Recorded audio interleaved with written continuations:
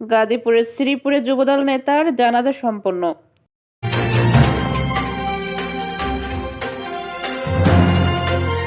আসসালামু আলাইকুম দর্শক, সকলকে আমন্ত্রণ জানাচ্ছি বিবিআর নিউজ সংবাদে। গাজীপুর শ্রীপুর থেকে সহকর্মী ওসমান গনির পাঠানো তথ্যচিত্রে দেখুন বিস্তারিত। এখানে বসবাস করছে, এখানে স্থায়ী হয়েছে। আজকে যাই হোক, তার কথা না বলি যে ভালো ছোট ভাই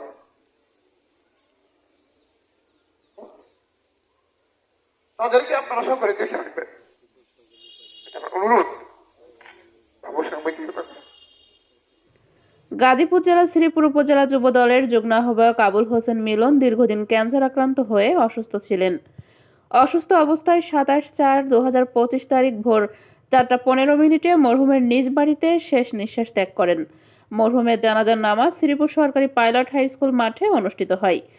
উক্ত জানাজা নামাজের উপস্থিত ছিলেন বিএনপির কেন্দ্রীয় কমিটির সহ স্বাস্থ্য বিষয়ক সম্পাদক ও গাজীপুর জেলা কমিটির সিনিয়র যুগ্ম আহ্বায়ক অধ্যাপক ডক্টর রফিকুল ইসলাম বাচ্চু, ওলামা দল কেন্দ্রীয় কমিটির প্রতিষ্ঠাতা সভাপতি পীরজাদা এস.এম. রুহুল আমিন সাহেব, শ্রীপুর মডেল থানা অফিসার ইনচার্জ জয়নাল আবেদিন মণ্ডল, শ্রীপুর উপজেলা বিএনপি সভাপতি জনাব মোহাম্মদ শাহজাহান ফকির, শ্রীপুর উপজেলা বিএনপি সাবেক সভাপতি আব্দুল মোতালেব, গাজীপুর জেলা বিএনপি সাবেক সহসভাপতি কবির সরকার, উপজেলা বিএনপি সিনিয়র সহসভাপতি ডক্টর মোহাম্মদ শফিকুল ইসলাম, গাজীপুর জেলা আহ্বায়ক কমিটির সদস্য সাকওয়াত হোসেন সবুজ, শ্রীপুর পৌর বিএনপির সাবেক সভাপতি আবুল মনসুর মণ্ডল, গাজীপুর জেলা বিএনপি সাবেক সহ কৃষি বিষয়ক সম্পাদক শরীফ আহমেদ সিদ্দিকী, পৌর বিএনপি সাধারণ সম্পাদক বিল্লাল হোসেন ব্যাপারী, পৌর বিএনপি সিনিয়র সহসভাপতি সাইফুল হক মোল্লা, পৌর বিএনপি সহসভাপতি আহফাজ মোল্লা, পৌর সহসভাপতি বিল্লাল হোসেন, পৌর বিএনপি সাংগঠনিক সম্পাদক খোকন প্রধান, শ্রীপুর প্রেস ক্লাবের সাধারণ সম্পাদক টিপু সুলতান, গাজীপুর জেলা যুবদলের সদস্য সচিব আনোয়ার হোসেন ব্যাপারী,